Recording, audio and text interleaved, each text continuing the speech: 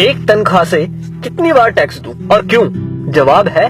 मैंने 30 दिन काम किया, तनख्वाह ली, टैक्स दिया, मोबाइल फोन खरीदा, टैक्स दिया, रिचार्ज किया, टैक्स दिया, डेटा लिया, तब टैक्स दिया, बिजली ली, फिर टैक्स दिया, घर लिया, टैक्स दिया, टीवी फ्रिज आदि लिए, टैक्स दिया, कार ली, टैक्स दिया, पेट्रोल लिया, फिर टैक्स दिया, सर्विस करवाई, टैक्स दिया, रोड पर चला, फिर भी टैक्स दिया, टोल पर फिर टैक्स दिया, लाइसेंस बनवाया, टैक्स दिया, गलती की तो टैक्स दिया, रेस्टोरेंट में खाना खाया तो टैक्स दिया, पार्किंग का टैक्स दिया, पानी लिया उस पर टैक्स दिया, राशन खरीदा उस पर भी टैक्स दिया, कपड़े जूते किताबें ली उस पर भी टैक्स दिया, टॉयलेट गया उस पर भी टैक्स दिया, दवाई ली तो भी टैक्स दिया, गैस ली टैक्स दिया, सैकड़ों और चीजें ली